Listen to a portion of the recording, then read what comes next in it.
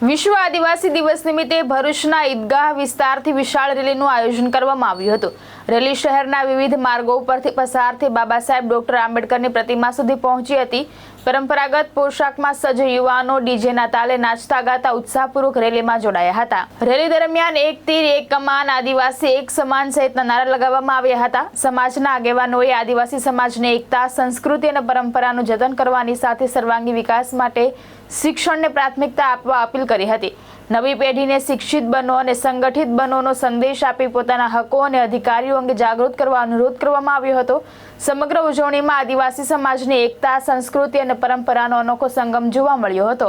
યુનો દ્વારા વિશ્વ આદિવાસી દિવસ 9મી ઓગસ્ટ એટલે આદિવાસી સંશોધન અને આદિવાસીના જળતર, જમીન અને પાણી જે હકો છે એના માટેના આજનો દિવસ છે। યુનોમાં પસાર થયો આદિવાસી દિવસ એ આદિવાસી દિવસ લઈને આજે મનાવવામાં આવે છે। સમગ્ર ભરૂચ જિલ્લાના સમાજના લોકો એકત્રિત થઈને એક મેસેજ આપે છે કે આપણા જળ જે કઈ છે એને તાવના દૂષણથી આપણે દૂર રહેવું છે, શિક્ષિત રહેવું છે, સંગઠિત રહેવું અને સાથે એકતા અને અખંડતા રહે એ માટે એક મેસેજ આપવા માટે આજે આપણે રોડ પર ઉતરી આવ્યા છે। પોલીસ પ્રશાસન ખૂબ સાથ સહકાર આપવામાં આવ્યો છે। એમનો પણ આભાર માની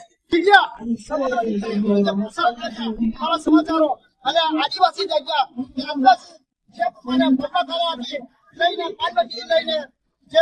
કેતન મહેતા, દ્રષ્ટિકોણ ન્યૂઝ, ભરૂચ।